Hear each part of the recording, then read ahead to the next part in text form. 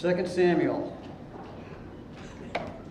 This, I think, may be fun. It seems that King David and his first wife were having a little marital difficulty. So we're going to do a little marriage therapy. We're going to see Micah, or Michal. It's actually Michal, but I'm not going to do that. So we'll just call her Michal, anglicized. One, I don't speak Hebrew, and two, I can't work that phlegm up every time I say it. But we're going to see Michal and David at one of their smallest moments. They're going to seem kind of petty. And so what might be an interesting exercise is for those of you that are in relationships to see if you can identify with this spat between Michal and David. Let me read the scripture to you. I'm in chapter 6, and we're picking up where we left off last week. And let's begin with verse 12 of chapter 6 of 2 Samuel. It was reported to King David, "The Lord has blessed Obed-Edom's family and all that belongs to him because of the ark of God." You remember that as they were bringing the ark back, that it had a little bit of an accident, and so nobody was afraid to touch it because the one guy that did was immediately deceased. And so they left it where it fell, which happened to be at Obed-Edom's house. And he just prospered having that Ark of the Covenant there on his property. And so the report got back to David, and David said, well, maybe we ought to go get that thing. So David went and had the Ark of God brought up from Obed-Edom's house to the city of David with rejoicing. And you can bet your bottom dollar that they did the right thing and used the rings and the poles and the priests and carried it the right way this time around. Because you remember last week he was disobedient in that, and it was unsuccessful. So, I want you to envision this and think what you will about David's method of rejoicing. How many of you heard the story last week or the week before about the Finnish Prime Minister? She's a young woman, and she had some home video of her partying, and the population was like, how dare you? And we do expect our leaders to have some decorum. We expect them to, you remember George Bush's hugely embarrassing time when he was sick visiting with the Japanese Prime Minister and threw up at this formal banquet? Oh, yeah. Presidents don't do that. And so there's, you remember Gerald Ford? Couldn't seem to navigate the stairs to the airplane on a consistent manner. And we hate it. And we've seen Biden wander and trip, and we just feel like somehow the president shouldn't be fallible or human. And we're going to see David, as we have been seeing him in various ways, human here. So it was brought to the city of David with rejoicing, taking it to Jerusalem. That rejoicing, I don't know, how many have you actually seen Mardi Gras in New Orleans? Anybody been there to see that? Well, you've certainly seen images of it. And I didn't realize until adulthood that Mardi Gras came out of a religious observation. It was your last fling before you started to have to give up things for Lent. And I can't think of a more hypocritical, terrible religious practice than that. So we might have seen that kind of rejoicing. It was just unbridled. And I'm not going to ask you to tell your story, but have you ever been in sober moments in a place where you were just so happy and so giddy, whether it's at a wedding or parade, that you just kind of lost yourself. You didn't worry about your image. You didn't worry about your dignity. You were just caught up in the moment and just celebrating with joy.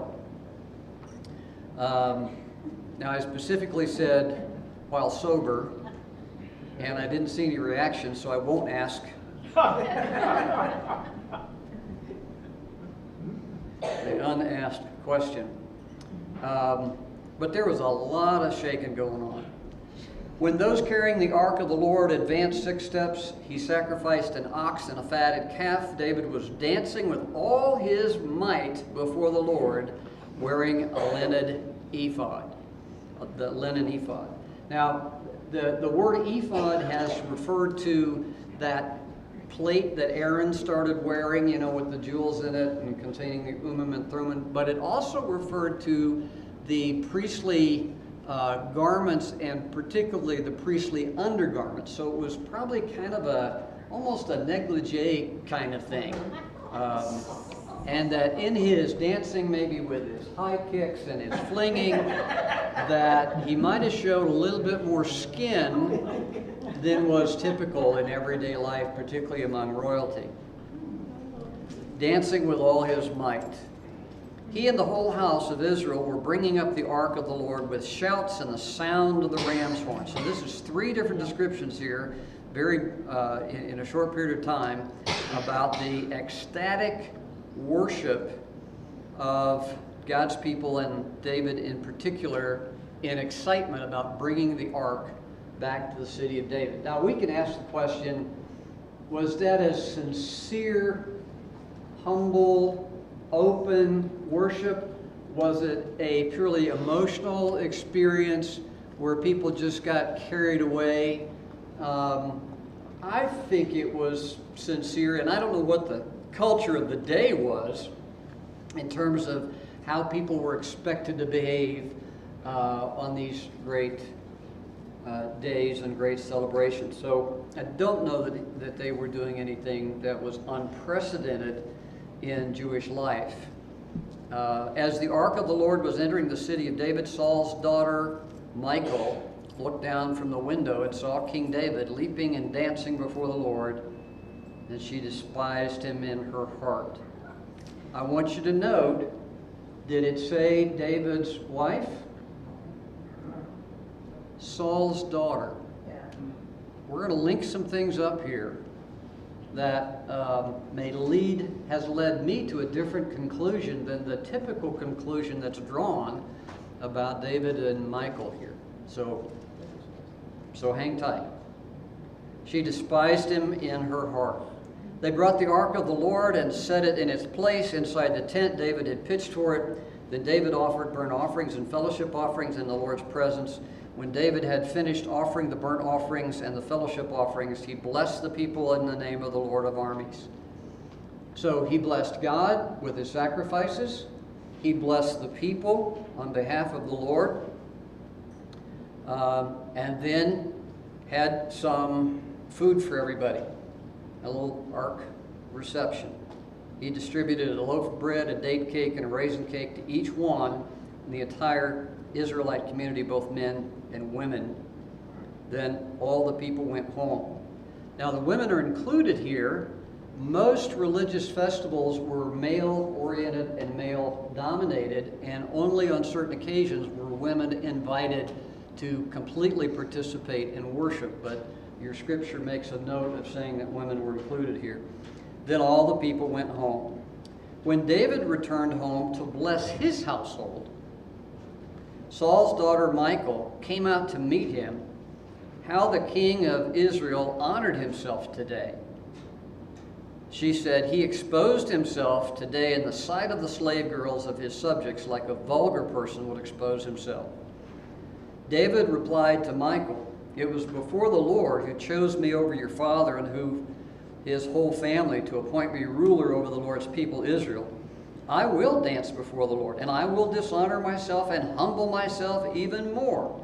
However, by the slave girls you spoke about, I will be honored. And Saul's daughter Michal had no child to the day of her death. Now, we understand that scholars, when looking at particularly Old Testament passages, but also New Testament passages as well, will look to rabbinical scholars and Jewish scholars to provide some insight and history. For the New Testament, it is the Messianic Hebrew scholars that have a great ability to tie in things of the Old Testament into the New Testament because of all the symbolic stuff that we often miss. And particularly for Old Testament rabbinical scholars throughout the ages, and there were writings that were commentaries about these Old Testament scriptures long before the incarnation of Christ. And so these interpretations and analyses and translations have been happening for thousands of years. And one of the things that scholars will note, I started to say what scholars will note in Old Testament rabbinical writing is that the highly revered patriarchs of the Old Testament, like Moses and Joseph and David, etc., Abraham and Isaac, are always painted in the best light, and David in particular. So I have been coarse enough to look at David from a human perspective and looking at his faults and frailties. Rabbinical scholars are more likely to make excuses and explanations for David's behavior. So when today's scholars take a look at that, they are naturally going to pay attention to what the rabbinical scholars say. And so, when we see this verse here, Michal had no child to the day of her death, we're going to excuse David and blame Michal and say that Michal was struck to be barren as a punishment for her disrespect to David. So that is the most common commentary.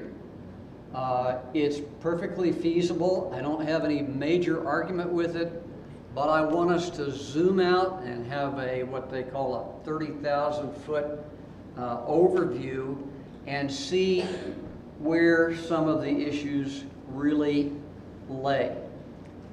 One thing that is interesting about this passage is that it doesn't say that Michal was barren or struck barren. We also note that there are some other historical records and some biblical records that, again, according to those that I've studied, will note that there are mentions of an indication that Michal might have had a child on the day of her death. And that would still be true to this verse, that Michal had no children to the day of her death. So that's out there, and I always just bring these things up because the skeptics just look with a microscope to see anything that might be inconsistent in Scripture. Another thing that we see is that Michal apparently took in to care for 5 children of her brothers because the rest of the family was deceased, and she may have taken care of other children. So she may have had children in her care, but none from her womb.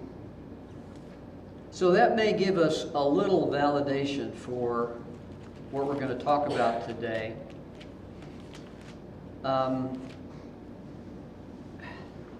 Notice the dynamics of this argument.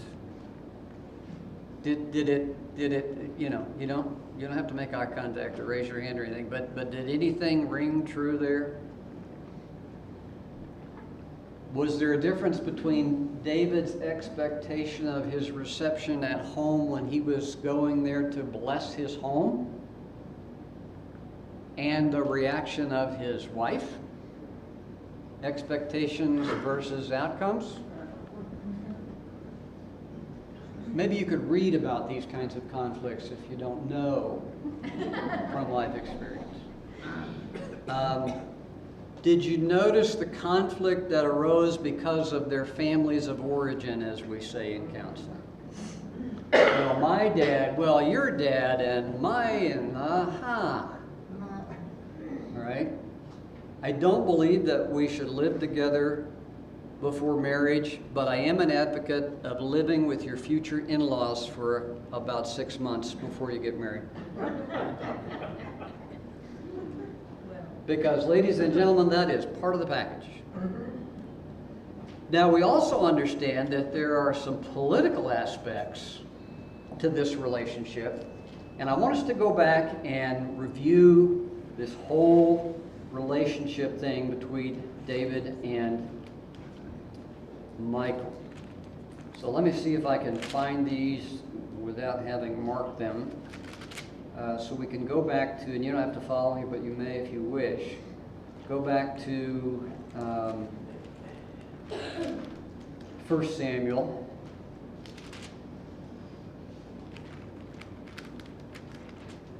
And you'll remember that the first interaction or first mention of David marrying the king's daughter was at the time of the slaying of Goliath.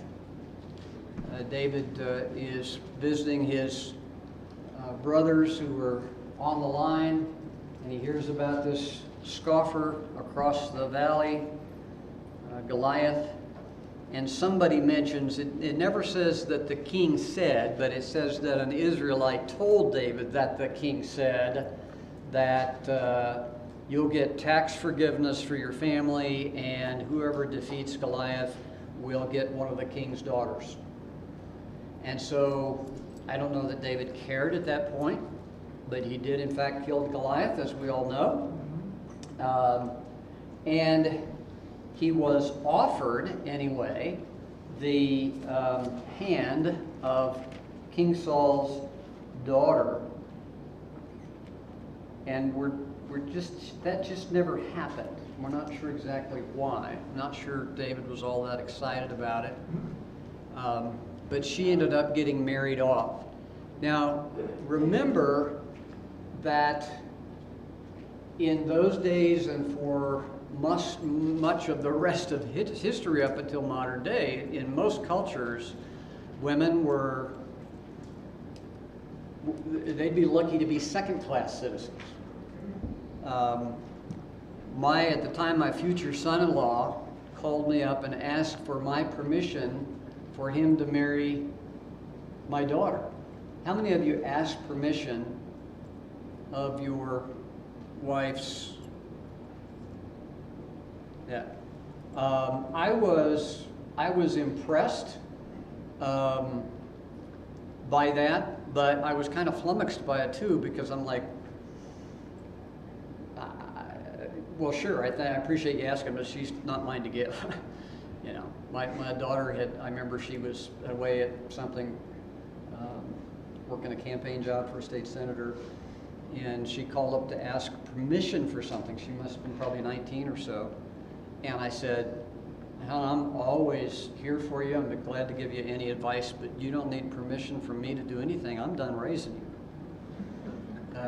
So there was a line of demarcation there in my family with my kids where they were adults, and we were now more peer than parent-child. You never stop being their dad and mom, but that was not the case here. And particularly in a royal family, we all know, if any of you study the European royalty, you know that sometimes there's love, but not very often, just mostly political alliances. And it was true in David's day as well. So David is being offered again a daughter of Saul, and this time it's Michal. And David very humbly says, I don't really deserve it. I don't have a bride price. I don't have a dowry. I don't have anything to offer for this great privilege. And so King Saul said, tell you what, if you'll bring me 100 Philistine foreskins, then I'll let you have Michal. And so Saul, of course, thought, and as much as said, I'm going to use my daughter to be a stumbling block for David. And so Saul was leveraging David's interest in Michal and Michal's love for David. As we've said before, the only time we really hear anything about love outside of Song of Solomon was that Michal loved David. We never really hear specifically that David loved Michal. So David's like, yeah, sounds like a deal. And he goes out. Saul wants him to die in that effort, but he doesn't. He comes back and pays the price, and so he is given Michal as his bride. We also see subsequently, and I should have marked those scriptures, so I'll just tell you. Subsequently, we see the great loyalty of Michal over her father, because at some point, for a variety of reasons that we've talked about, King Saul now wants to kill David. He sees David as a threat to the throne. And so he sends his SWAT team up to the residence, and Michal hears about this and tells a story about David being sick, and she puts a dummy under the bed with some goat hair. And so the SWAT team looks in, they say, yeah, okay, well, bless his heart, he's sick, we won't kill him right now. And Michal, meanwhile, is letting him out through the window so that he can escape. So she risks her life. She chooses loyalty over David, to David over King Saul, and gets in trouble for it. And then has to tell a lie when the king confronts her. Why did you do that? And he said, well, David threatened to kill me if I didn't. So they made a good team right then. Now, for all that we can tell, it is 14 years later before David gets to meet back up with Michal. So in timelines are, debatable. At some point in the interim, in fact, it's just a little bit of a mention. Do you remember when David is on his way to kill this guy for not cooperating with him, and the guy's wife, Abigail, comes out, then the guy dies, and David takes Abigail? Well, in that chapter, the last sentence of that chapter, it says, and King Saul gave Michal to this other captain. So that's all we hear about that. Now we think, well, Saul, how can you do that? You may be a knucklehead, but you're still supposedly a religious guy. You can't just take a person's wife and give it to somebody else. Well, if there's any legal or moral justification for it, Saul had imposed the death penalty on David, so in his mind, David was as good as dead. And so his wife was free to marry somebody else. Now, we don't know what significance there is to this guy that King Saul gave Micah to, but Michal lives with this guy for a while. Now, we fast forward, and let's also look at another possible motive for King Saul to take Michal away from David.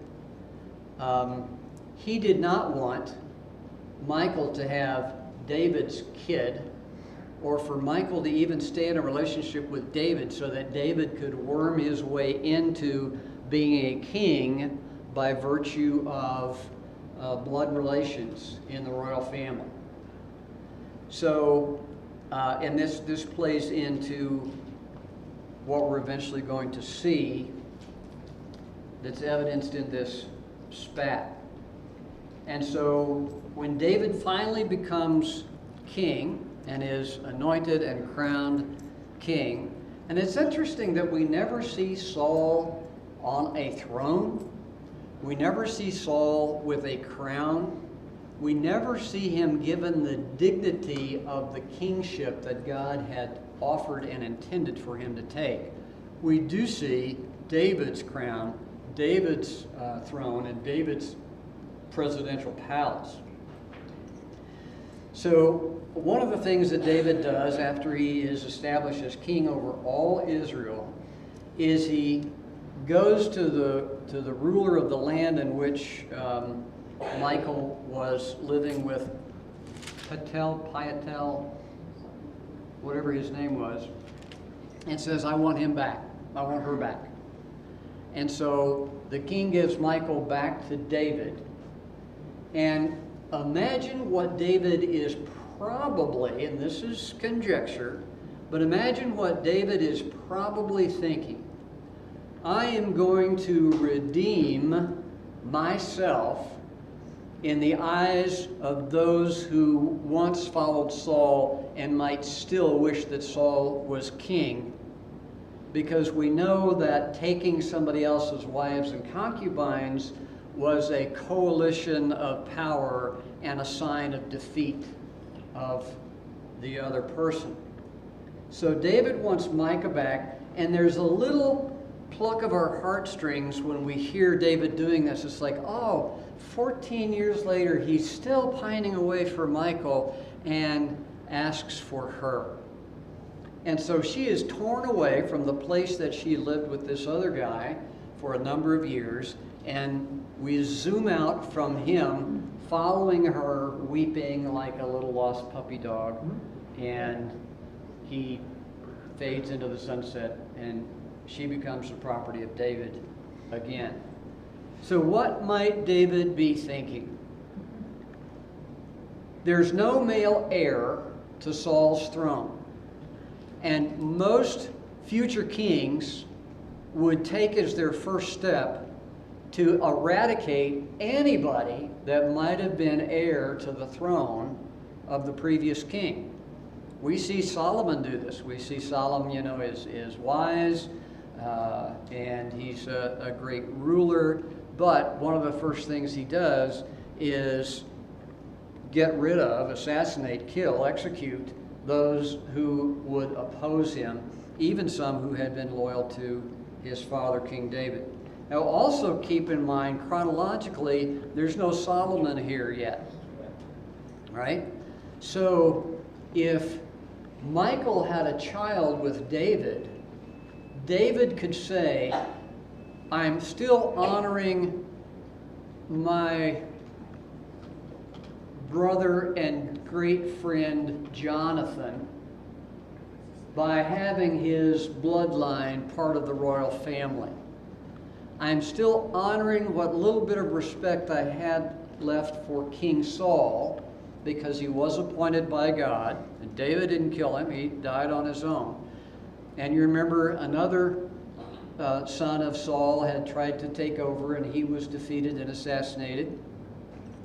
So it looks like Michal's the only one of Saul's immediate offspring that is surviving. So perhaps David is thinking, what a tremendous bond and political coup this would be if Michal and I had a child, and that child was the descendant of King Saul and descendant of King David, and that's the person that could take over the throne. Wouldn't that be amazing? And then they have this fight, this argument. And again, let's look at the substance of it. David is ecstatic. He's succeeded in like the last major thing that he needed to do to establish his kingdom, right? He became king of Judah. Later he became king of all Israel. And now he has restored the ark to Jerusalem, which he has defeated and has made his capital and is known as the city of David. So he's made it. It's like the presidential outcome when all the balloons fall and the arms are raised and the victory is there and other people give concession speeches. Some people give concession speeches. So this is David on the top of things. Just great joy and great fulfillment, great praise to God for bringing him to this point after so much difficulty and so many years. And here he comes home excited to see Michal. And again, it's conjecture, but I wonder if part of the blessing of that house might have been a joyful union of David and Michal with the possibility of a child that might be born into royalty to take the kingdom at the end of David's reign. I don't know that, doesn't say that. All I know is there's a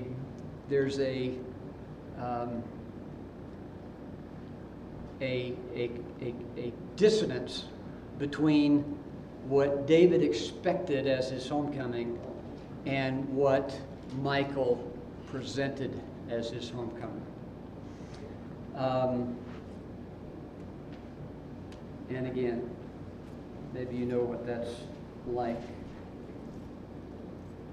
So in Michal's tone, and it was one of disgust and disrespect. First of all, she's up there looking out the window and sees David doing this jig that she finds offensive, and she's comparing it to her own father's behavior, right?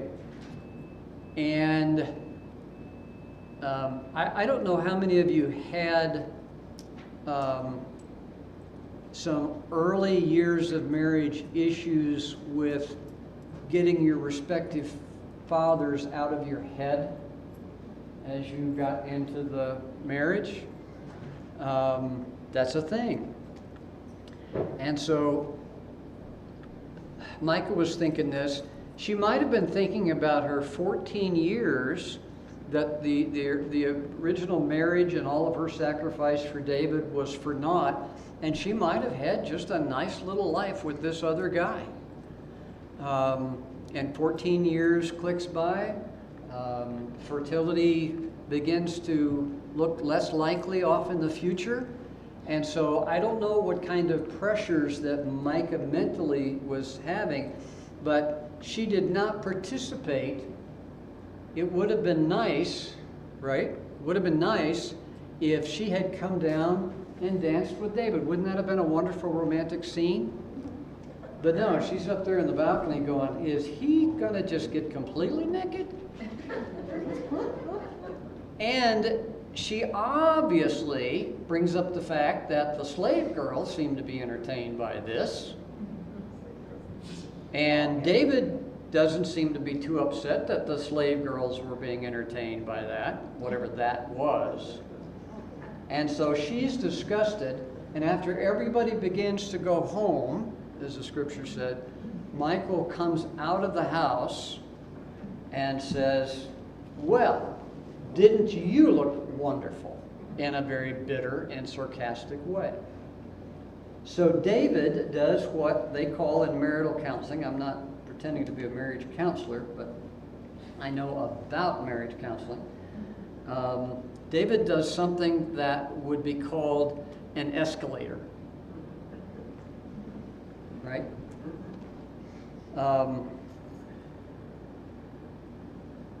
David replied to Michal, it was before the Lord who chose me over your father. That's great. Oh, you think your dad's something? Who's king now? Yeah. And his whole family to appoint me ruler over the Lord's people Israel. Did you catch that net that he threw? He chose me over the whole family. Michal, I will dance before the Lord. You see his stubbornness? No, well, I'm sorry you felt that way. Let me try to explain this. I think you may have misinterpreted this. Well, I'm you know, all kinds of de-escalation that can happen, could have happened, and I don't know. We hear a lot about de-escalation. You can only de-escalate if the other person is willing to play along with you. I will dance before the Lord. You want a rough translation of that? You can't tell me what to do. How dare you? And I will dishonor myself and humble myself even more. David also makes what may be very genuine, but I also see it in dysfunctional relationships. He makes a religious argument to justify his behavior. I talked to a couple once, nobody you know, and the man wanted to do prayer before bed every night, but he never flushed the toilet. And the wife said, I don't feel like praying when I know that he didn't flush the toilet, and he knows that I want him to do that. It would be an easy thing for him to do, but he doesn't do it, and then he comes in here and wants to be all spiritual.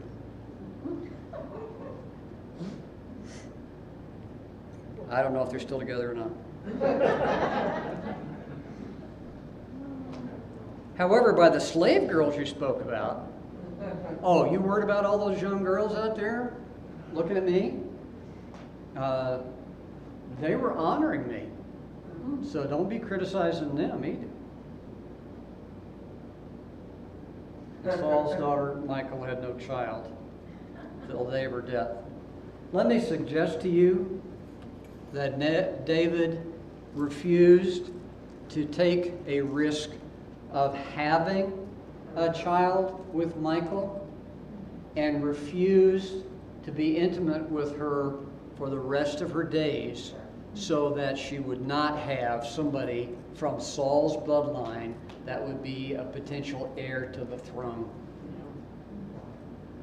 So when I think about David and Michal, we rush to condemn Michal because the rabbinical history did, and that's not an untenable argument, I get that. But I think we need to be very careful to understand the romantic, familial, political ramifications of this whole interaction. David, of course, wins, and we see in the next chapter that we'll talk about next week, God makes specific promises to bless him and to keep his line of the throne going forever. That was not the promise for King Saul, and may have been another reason why David and Michal never had a child together, because King Saul never had that promise. So I'm not sure what that lesson tells us, except for us to be careful and sensitive about how we interpret Scripture, that we rely on some wise commentators. And I'll tell you, 80%, 85% of the people that I looked at are of the Michal was being punished. But there were a couple of what I thought were insightful observations, one particularly from a Messianic rabbinical teacher who was willing to talk about this.